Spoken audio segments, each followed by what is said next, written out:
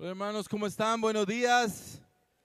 Qué gusto poder estar con ustedes esta mañana, poder venir a la iglesia, a adorar, a alabar a Dios. Gracias por la alabanza, por la adoración. Nos sentimos muy agradecidos con nuestro Dios por darnos la vida el día de hoy y el privilegio también de poder congregarnos y compartir de la palabra de Dios. Bueno, antes de ir a la clase, queremos dar la bienvenida siempre cuando una pareja se casa.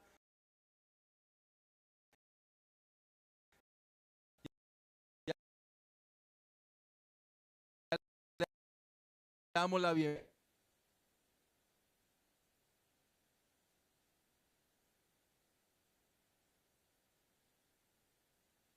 El privilegio de poder casarse. Bueno, vamos a ir a la clase de hoy y el título de la clase de hoy es Contagio Silencioso, ¿verdad? Contagio silencioso. Hace apenas algunos días, ¿no? Unas cuantas semanas, el mundo quedó impactado, ¿verdad? Por una noticia internacional que conocimos.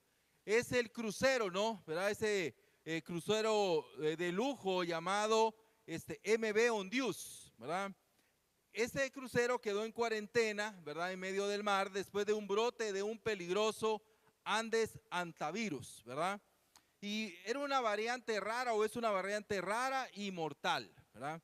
Lo que comenzó como unas personas enfermas a bordo terminó convirtiéndose en una alerta mundial, ¿verdad? Hasta el momento se reportaron varios contagios, hubo muertes, ¿verdad? Creo que 3 muertes. Pasajeros fueron aislados, las autoridades internacionales iniciaron protocolos de rastreo, ¿verdad? De cuarentena por muchos días, no los dejaron poder llegar a ningún puerto. Entonces fue un desafío mundial. Pero lo que es más aterrador es que es un virus silencioso, ¿verdad? Algo que nadie podía ver ni palpar, algo invisible. Podía estar dentro de una persona muchos días antes, semanas antes de mostrar síntomas. La gente seguía a bordo disfrutando música, comida, lujo, comodidad, sin saber que algo mortal estaba viajando entre ellos. Y mientras veía la noticia o esos días que veía la noticia, pensaba que así actúa el pecado, ¿sí? Porque el pecado rara vez comienza de una manera escandalosa. Normalmente el pecado comienza de una manera silenciosa. Pensamientos privados, deseos ocultos, conversaciones internas que nadie puede escuchar. Y mientras muchos buscan vivir en un crucero espiritual lleno de comodidad, el corazón puede contaminarse lentamente y llevarlos a vivir en pecado mortal.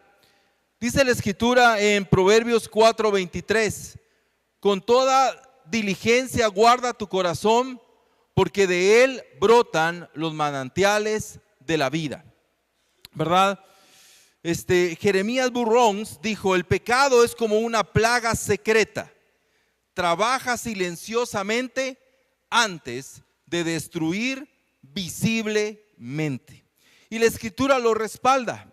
La escritura que acabamos de leer nos muestra que una realidad innegable. Hay que cuidar el interior. Hay que cuidar nuestro corazón y nuestra mente. La palabra corazón también se puede traducir como cuidar nuestra mente. Lo que se aloja en la mente y en el corazón es invisible. Nadie lo puede ver. Nadie puede ver lo que estamos alojando en nuestra mente y en nuestro corazón. Es silencioso y puede ser como un virus. Y debemos de proteger nuestra mente y nuestro corazón. La razón, ¿cuál es? De ahí es donde brotan los manantiales de la vida. Es del interior, de lo invisible, de lo secreto, donde radica la realidad de la vida en la persona. Vemos que no habla de los hechos. Los hechos son visibles, las acciones son claramente visibles, pero antes de estas acciones hubo un virus silencioso. Antes del primer síntoma, esa persona en ese crucero o esas personas en ese crucero por semanas estuvieron internamente, invisiblemente enfermas. Así que hoy vamos a hablar de esto tan importante, de este contagio silencioso. Acompáñeme a orar, por favor. Amado Padre que estás en el cielo, queremos agradecer el privilegio, la oportunidad que nos das de estar esta mañana. Y yo pues quiero pedirte por esta clase, que nos ayudes a comprender tu palabra, a poder aprender, Señor, Padre, de algo tan fuerte que pudimos ver hace unas semanas, pero cómo puedo reflexionar también espiritualmente en mi propia vida y corazón. Ayúdame, por favor, que no sean mis palabras sino las tuyas, y oramos en Jesús. Amén. Ok, vamos al primer punto, el crucero del yo, ¿sí? El crucero del yo, ¿verdad? Y bueno, vamos a ver dos escrituras. Bueno, perdón, aquí es una escritura. Está aquí y dice Lucas 12, del 18 al 19. Entonces dijo, esto haré, derribaré mis graneros y edificaré otros más grandes. Y ahí almacenaré todo mi grano y mis bienes. Y diré a mi alma, alma, tienes muchos bienes depositados para muchos años. Descansa, come, bebe, diviértete. ¿Sí? ¿Qué vemos acá, verdad? Ese crucero del yo. En esta parábola contada por Jesús, vemos la visión del hombre, del ser humano, de una persona materialista. Y vemos cuánto hay de yo ahí, ¿verdad? Cuánto de ego hay en esos versículos, cuánto muestra una visión egoísta, una visión del yo. Y vemos algunos puntos, estos sustantivos posesivos, ¿no? ¿Verdad? Dice yo o mis, mi, ¿verdad? Mi alma, ¿verdad? Mis bienes. Vemos una persona centrada en el yo, centrada en sí mismo, ¿verdad? Y eso es un crucero. Un crucero es un lugar donde las personas van a pensar en sí mismas, ¿sí? A ser atendidas, a vivir en comodidad. Vemos aquí la visión de esta persona, dice, vive una buena vida. Pero para él, ¿qué era una buena vida? La buena vida para él era descansar, comer, beber y divertirse. Vivir una vida cómoda. Vivimos en una generación enamorada a la comodidad, enamorada a estar cómoda. Todos quieren una vida fácil, una vida cómoda, una vida entretenida, una vida sin sacrificio. Eso es lo que quiere vivir una persona en un crucero espiritual. Muchos quieren un evangelio que los bendiga, un evangelio que los prospere, un evangelio que los motive, un evangelio que los emocione.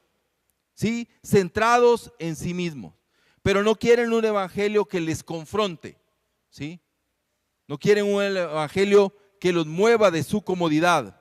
Quieren promesas, pero sin un proceso. Quieren gloria, pero sin cruz. Cielo, sin rendición.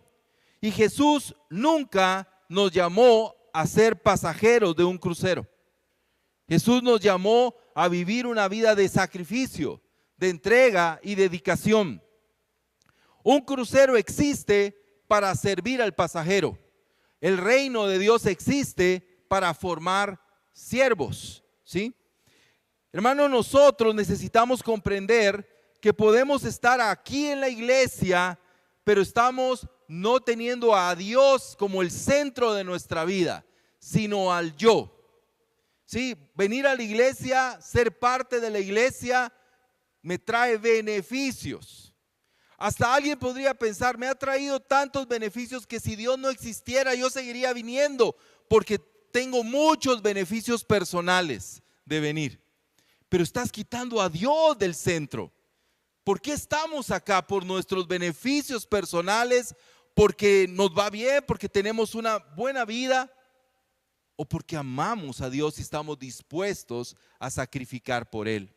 Amigo que nos visitas, tal vez hoy estás acá pensando, yo quiero una vida fácil, yo quiero una vida tranquila, una vida sin sacrificio. No estás en el lugar correcto. La iglesia o el reino de Dios no es un lugar correcto para alguien que quiere una vida de descanso.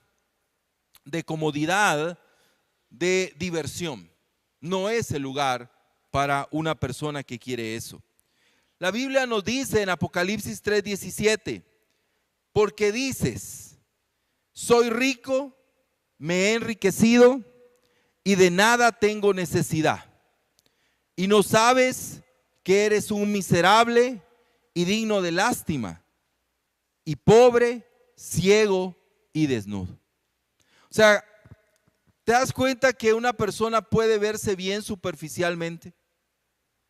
Esta persona superficialmente, la propia apreciación de sí mismo era: soy una persona que no tengo necesidad, soy una persona que me ha ido bien. Tiene una ilusión, ¿verdad?, de una salud espiritual, pero es superficial. Y el Señor, que todo lo ve, ¿verdad? El Señor que, como decía la canción, tus ojos revelan que yo nada puedo esconder. Ese Señor que ve a lo profundo le dice a esta iglesia: no, tú eres miserable, eres digno de lástima, eres pobre, eres ciego y desnudo. Lo importante es quién somos interiormente, porque superficialmente podemos vernos bien, superficialmente podemos pensar que estamos bien, tengo trabajo, tengo mi familia, tengo mis cositas, me va bien. Pero ¿qué hay adentro de mi corazón? ¿Qué hay en mi interior? Entonces, hermano, debemos de pensar hoy que hay personas que parecen espiritualmente estables, pero por dentro están desconectadas de Dios. Viven una religiosidad, pero por dentro están desconectados totalmente del Señor y están engañados como esto. Yo creo que el peligro más grande es el autoengaño, ¿verdad? El estar engañándonos a nosotros mismos. Entonces, veamos si no estamos en ese crucero del yo, donde lo que importa es lo que yo soy, lo que yo hago, lo que yo quiero. Ahora veamos el segundo punto, y es el virus. Y vamos a centrarnos en el virus de la mente, ¿sí? Lo que veíamos en la escritura de Proverbios. Ver qué hay en nuestro interior, qué hay en nuestro corazón. Y aquí sí es donde hay dos escrituras.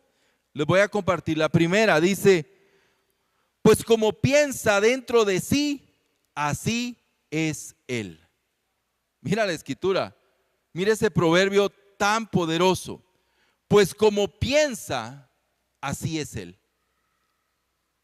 No es lo que hace lo que define a una persona, sino lo que piensa. No son sus acciones lo que define a una persona, sino sus pensamientos, lo que hay en su mente, lo que piensa, lo que medita, lo que hay en su cabeza. Mateo 9:4, Jesús, conociendo sus pensamientos, dijo: ¿por qué piensan mal en sus corazones? Estas escrituras, hermanos, nos muestran el poder de los pensamientos. Nos muestran el poder de lo interior, de lo que nadie ve, de lo que nadie observa, de lo que nadie puede leer. El proverbio dice: como piensa, así es. Su mente lo define, no sus acciones necesariamente, sino lo que piensa, lo que está en su mente. Yo puedo decir: no, yo no soy una persona que odia a nadie, yo no trato mal a las personas, pero en mi interior, mi mente está pensando mal de la gente. Estoy criticando a las personas, estoy pensando cosas malas de la gente. Yo puedo decir: yo nunca he sido infiel a mi esposa, yo nunca le he fallado, pero mi mente está maquinando, está pensando. Para Dios, eso es lo que me define, no mis acciones. Los pensamientos definen a las personas. Jesús dice que Él conoce los pensamientos, ¿sí? Que Él conoce los pensamientos. Y por eso confronta a estas personas y les dice: ¿por qué piensan mal en sus corazones? Él ve esa unión de mente y corazón, el interior de la persona. se define por lo que pensamos, por lo que hay en nuestra cabeza. Su cara puede decir una cosa, pero lo que verdaderamente somos es lo que pensamos, lo que hay en nuestro pensamiento, lo que estamos rumiando en nuestra mente. Y el contagio, hermano, empieza en nuestra cabeza. El contagio comienza en nuestra cabeza, en nuestros pensamientos. Ahí es donde comienza el contagio. El pecado visible primero fue invisible, ¿sí? El pecado obvio primero fue invisible. Antes de la caída pública hubo un pensamiento privado. Antes del adulterio hubo imaginación. Antes del odio hubo resentimiento. Antes de la corrupción hubo codicia. Satanás entiende que si conquista la mente, dominará la vida. ¿Qué hay en nuestra cabeza? ¿Qué hay en nuestros pensamientos? Como te repito, a veces estamos tan orgullosos, podemos estar tan orgullosos de nuestras acciones, pero ¿quién puede mantenerse en pie cuando hablamos de los pensamientos? ¿Quién puede enorgullecerse cuando hablamos de qué pasa en nuestra mente? ¿Qué hay en nuestra cabeza? El poder de la mente es muy poderoso. Ahí radica la vida, dice el Proverbios 4. Es de ahí de donde emanan los manantiales de la vida. Y el virus comienza en nuestra cabeza y puede tardar años, años. El antivirus, para poder tener los primeros síntomas, pasaban por lo menos 21 días. Eran muchos, son muchos días. Son demasiados días, ¿sí? Para lo que es un virus, para poder mostrar la primera evidencia. Tú y yo podemos tener años pensando mal y aparentemente actuando bien. Años teniendo malos pensamientos, años alimentando nuestro interior con malas cosas, llenando nuestra mente de un virus mortal. Así que el virus, hermano, está en la mente, está en nuestros pensamientos. ¿Cómo le hacemos para evitar el contagio? Pues algo tan profundo, ¿no? Como los pensamientos. Yo podría evitar ciertas cosas externas, claro, huyendo, como dice la Escritura. Huyan de la inmoralidad, un ejemplo. Yo puedo huir de un lugar, puedo huir de una compañía, de unas personas. Yo puedo huir de eso. Pero de mis pensamientos, ¿cómo le hago para huir? ¿Sí? Yo puedo decir, yo no voy a ir ahí porque ahí puedo caer en tentación, ¿verdad? Pero de mis pensamientos, ¿cómo le hago? ¿Cómo huyo de eso? ¿Cómo puedo hacer para trabajar y para evitar el contagio en mi cabeza? Pues vamos a ver algunas escrituras. Primero, mira lo que dice segunda carta a los Corintios 10:5. Destruyendo especulaciones y todo razonamiento altivo que se levanta contra el conocimiento de Dios y poniendo todo pensamiento en cautiverio a la obediencia de Cristo. ¿Qué vemos en la Escritura? Vemos algunos puntos importantes. Una destrucción. Pablo llama a los cristianos a destruir, ¿sí? A destruir el virus, a evitar el contagio. Y bueno, habla de razonamiento altivo. Destruimos todo razonamiento altivo. ¿Qué quiere decir eso? Todo pensamiento orgulloso, todo pensamiento que dice yo estoy bien, yo soy rico, me ha ido bien. Todo pensamiento que está en contra, dice, del conocimiento de Dios. O sea, todo pensamiento que está en contra de lo que Dios quiere, en contra de lo que Dios es, en contra de lo que Dios hace. O sea, ¿cuál es la actitud del cristiano? Destruir todo pensamiento, todo razonamiento orgulloso que se levanta contra el conocimiento de Dios, contra lo que Dios es, lo que Dios hace y lo que Dios permite. ¿Y cómo lo hace? Dice, poniendo todo pensamiento. ¿Te das cuenta? Poniendo todo pensamiento. No algunos, todo pensamiento en cautiverio a la obediencia de Cristo. Es decir, Cristo es la clave. Cuando hablamos de interpretación bíblica, los teólogos dicen, Cristo es la clave hermenéutica. Significa yo entiendo la Biblia por medio de Cristo. Él es el medio, Él es el filtro. Yo puedo entender Levítico por medio de Cristo. Aquí Pablo dice algo parecido. Podemos venir y destruir todo pensamiento altivo cuando lo filtramos en Cristo. ¿Sí? Cuando lo llevamos cautivo a los pies de Cristo, cuando lo filtramos en Él. Tengo este pensamiento lujurioso, lo llevo a Cristo. ¿Qué piensa Cristo de eso? Tengo este pensamiento de odio, de rencor, de arrogancia. Lo llevo a Cristo. ¿Qué piensa Cristo? O sea, no es tan difícil, no es tan complejo. Es qué piensa Cristo de lo que yo estoy pensando de mi jefe. ¿Qué está pensando Cristo de lo que yo estoy pensando de mi vecino? ¿Qué está pensando Cristo de lo que yo estoy pensando del dinero? ¿Qué está pensando Cristo de lo que yo estoy pensando o lo que estoy meditando antes de prender la televisión o la computadora? ¿Qué está pensando Cristo? ¿Qué piensa Cristo de lo que yo pienso? Y esto es impresionante. La batalla espiritual y más intensa ocurre en la mente. Es ahí en los pensamientos. Hay pensamientos que contaminan, sin duda alguna. Hay pensamientos que contaminan a las personas, las enferman. Hay pensamientos que seducen, que llevan a las personas a pecar. Y hay pensamientos que destruyen lentamente y que van creciendo en el interior y tarde o temprano dará luz. Muchos creyentes, muchos discípulos o personas quieren victoria pública mientras alimentan contaminación privada, ¿sí? Mientras alimentan privadamente el pecado. John Owen dijo, mata el pecado o el pecado te matará a ti. O sea, no hay opción. O destruimos esto o nos va a destruir, ¿sí? No hay opción, no podemos navegar con esto. No podemos venir y mantenerlo en el barco, no. O lo destruimos o no destruye, ¿sí? O acabamos con él o va a acabar con nosotros. Tarde o temprano nos va a acabar. ¿Cómo le hacemos? 3 recomendaciones hoy.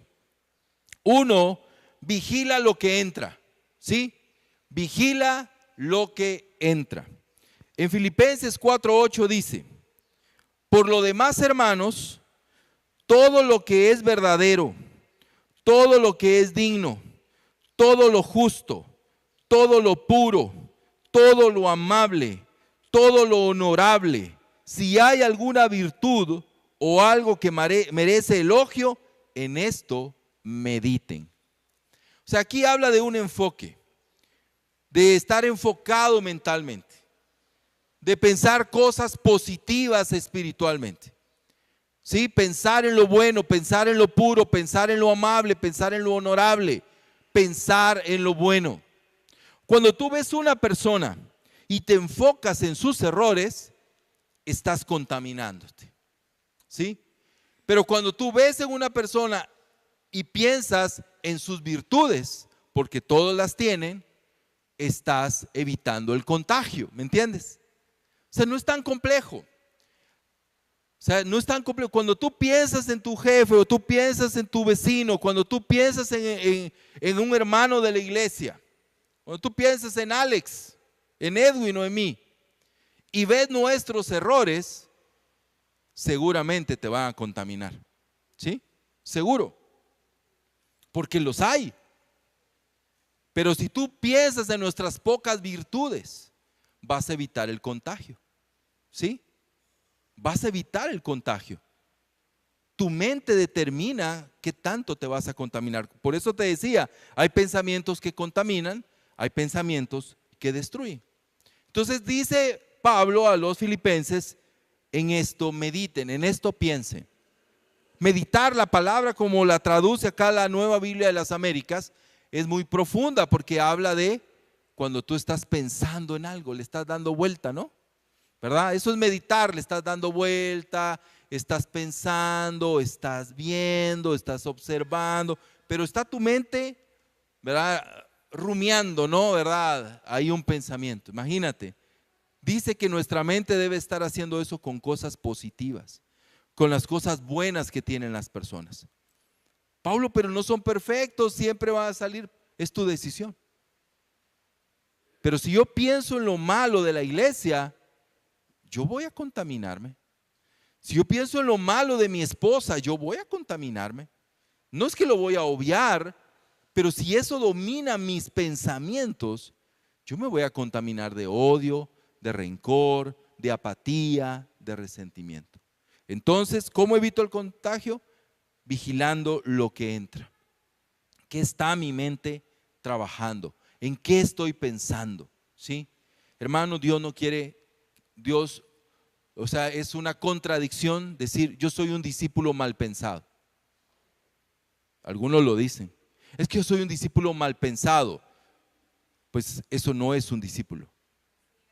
Un discípulo no es un mal pensado, es alguien que piensa bien, ¿sí? Que tiene control de sus pensamientos y decide en qué pensar, ¿sí? Segundo, ¿verdad? Estar en estado de alerta. Estar en estado de alerta. Mateo 26:41 dice: permanezcan despiertos y oren para que no entren en tentación. El espíritu está dispuesto, pero la carne es débil. Yo tengo que estar constantemente alerta, ¿sí? Constantemente alerta. Tengo que tener oración en mi vida y la oración me va a dar esa fortaleza y me va a dar esa vigilia. Voy a poder vigilar. Yo tengo que estar alerta, hermano, porque hay muchas cosas que van a alimentar mi mente. Si yo me pongo a scrollear el teléfono, a ver el teléfono sin control, sin algo pues que tenga una razón de ser por la cual estoy en el teléfono, es muy probable que algo va a entrar que no debería de entrar. Entonces yo tengo que estar vigilante. Si viene una persona, no voy a llamar hermano porque espero pues que no debería de ser así, pero viene un hermano y dice, bueno, vamos a cenar taquitos al pastor, ¿no? ¿Verdad? Nos vamos a sentar a hablar mal del pastor o vamos a sentarnos a hablar mal de otros hermanos, ¿verdad? Porque hay gente que tiene ese deporte en otras iglesias, aquí no. En otras iglesias tienen ese deporte de sentarse a comer, a hablar mal de los demás, ¿verdad? Es en otras iglesias, gracias a Dios, aquí no es así, ¿verdad? Pero si yo estoy ahí, yo estoy siendo una persona de oración, vigilante, cambio el tema, me alejo o me paro y me voy. ¿Por qué? Porque eso va a contaminarme. Entonces la oración, la vigilia me ayuda a decidir, esto va a contaminarme, va a contaminar mi vida. Y número 3, definitivamente la palabra de Dios. La palabra de Dios trae una limpieza profunda, ¿sí? Porque al final todos vamos a fallar en lo mental, pero la palabra de Dios me permite transformar mi vida. Dice la escritura tan conocida, Salmo 19:11, en mi corazón he atesorado tu palabra para no pecar contra ti. O sea, cuando hablamos de estos pensamientos, hermano, cuando hablamos de esto, estamos hablando de pecado. ¿Y qué dice la escritura? Yo he atesorado tu palabra. O sea, yo he atesorado tu palabra, ¿sí? Hay personas que han visto el álbum del mundial de aquí ahorita, una semana del mundial, ¿va? Del álbum 2 semanas, creo yo, ¿verdad? El 9 de mayo lo sacaron, ¿no? Han visto más el álbum del mundial de 9 de mayo para acá que su Biblia en todo lo que va del año, ¿sí? De verdad. Hay personas que han visto más eso que la palabra de Dios. Y luego se preguntan, ¿por qué soy tan débil ante el enojo? ¿Por qué soy tan débil ante los celos? ¿Por qué soy tan débil ante la crítica? ¿Por qué soy tan débil ante esto o aquello? ¿Sabes por qué? Porque no estamos atesorando la palabra de Dios en nuestra vida. No estamos leyendo la Biblia, no estamos anotando la escritura. Vienes a la iglesia ni anotas. Yo pienso que si tú no anotas aquí, yo no creo de verdad, tal vez me equivoque, que tú anotes en tu casa. Muy probablemente tú no anotas nada cuando lees, si es que lees la Biblia. Amigo que nos visitas, nosotros en la Iglesia de Cristo tenemos un eslogan donde la Biblia te muestra el camino. Pero para nosotros no es un eslogan barato. Es en lo que creemos. Creemos en que la Biblia es quien nos muestra al Padre, quien nos lleva a Cristo, quien transforma nuestra vida. Entonces, ¿cómo evito el contagio? Dice la Escritura, atesorando la palabra en mi corazón. Atesorar algo es amarlo.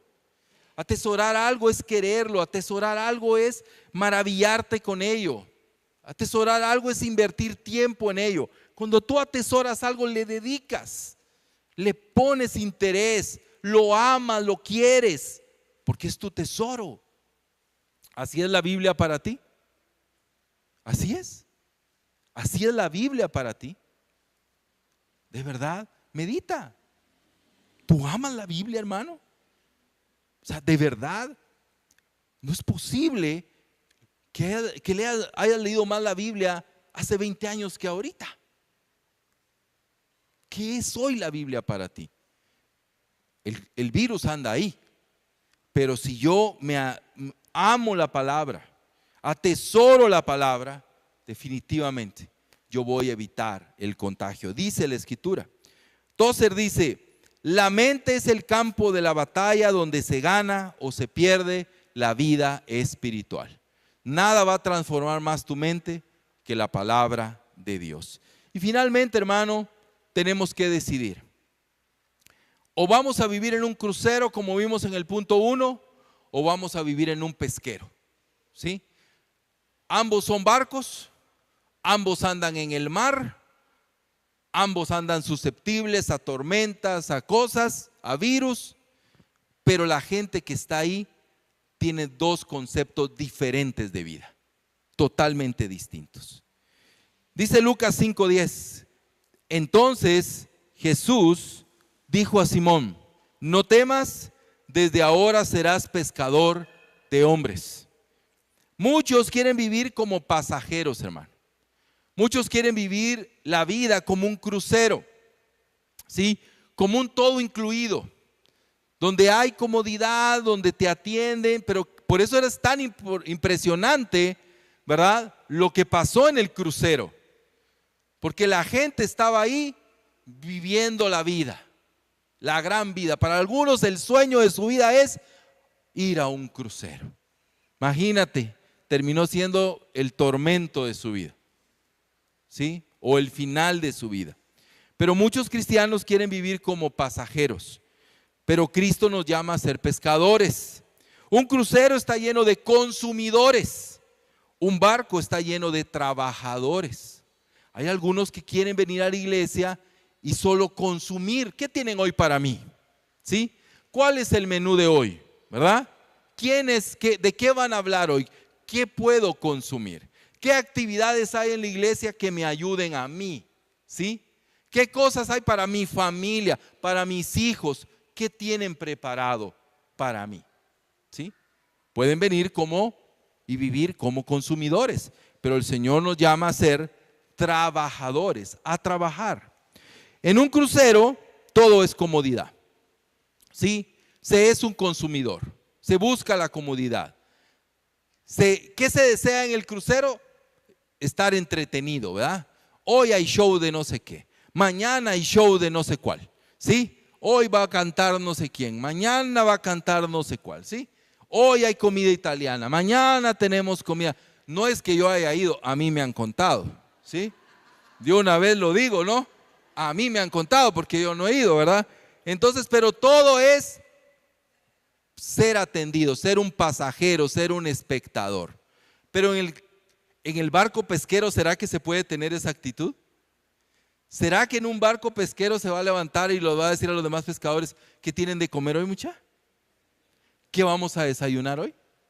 No, hay trabajo, hay una misión, ¿sí? Entienden, hay una misión, hay una vida de sacrificio, ¿verdad? Se es un siervo, se es un pescador. ¿Sabes, hermano? La iglesia corre el riesgo de producir espectadores espirituales, ¿sí?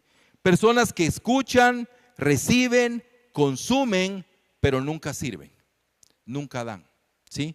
Bonhoeffer dijo, cuando Cristo llama a un hombre, lo invita a venir y morir. A eso nos invita el Señor, a venir y morir. ¿Qué dice la Escritura? Efesios 2:10. Porque somos hechura suya, creados en Cristo Jesús para buenas obras, las cuales Dios preparó de antemano para que anduviéramos en ella. Dios nos salvó ¿para qué? Para servir, no para sentarnos, no para vivir vidas cómodas. Dios nos salvó para participar en el reino, para ser pescadores, para poder servir a los demás. Todo cristiano es o un misionero o un impostor, ¿sí? Y nosotros decidimos. El barco pesquero no siempre es cómodo. Hay tormentas, hay cansancio, hay noches difíciles, pero ahí es donde ocurre el propósito de Dios. Donde estamos laborando por una misión en común. Terminamos con Romanos 12:2, dice, ya no se adapten a este mundo, sino transfórmense mediante la renovación de su mente, para que verifiquen cuál es la voluntad de Dios, lo que es bueno, aceptable, y perfecto. El crucero promete placer, pero puede esconder contaminación, ¿sí? Puede esconder contaminación. El pecado promete satisfacción, pero termina destruyendo. El mayor peligro, hermano, no es el pecado visible. El mayor peligro es lo que se tolera en silencio. Ese es el mayor peligro. Donde nadie me ve, donde solo Dios sabe lo que hay, lo que pienso y lo que siento. ¿A qué nos llama la Escritura? Dios quiere no solo cambiar acciones, sino renovar nuestra mente. Transfórmense, ¿sí? Habla de una transformación, de una metamorfosis. Fosis es o formos es la palabra que utiliza. Ser transformado, cambiar nuestra manera de pensar de un crucero a un pesquero, ¿sí? Cambiar totalmente nuestra manera de pensar. No quiere modificar conductas, sino quiere modificar el corazón. Tú a tus hijos puedes modificar conductas. Tú puedes obligar a tu hijo, préstele el juguete, présteselo. Y lo va a hacer. Pero has modificado el corazón de egoísmo. ¿Sí? Es más profundo, ¿no? Es más laborioso. Y es lo que Dios quiere, que cambiemos nuestro interior. Hermanos, quizás hemos estado viviendo como pasajeros cuando Dios nos llamó a ser pescadores. Quizás tu exterior parece tranquilo, pero tu mente está siendo contaminada silenciosamente. Quizás has estado buscando comodidad cuando lo que Cristo quiere es una vida de propósito y sacrificio. Así que hoy Dios te dice, sal de ese crucero, huye de ese crucero donde solo hay contaminación. Huye de ese crucero del yo, sal de ahí, guarda tu corazón, renueva tu mente y regresa al barco del propósito. Vuelve al barco del propósito, sal de ahí, de ese crucero del yo, y ve ahí a esa barca donde Él es quien dirige, donde Él es quien nos guía y donde Él es quien nos llama a pescar a otras personas. Que Dios les bendiga.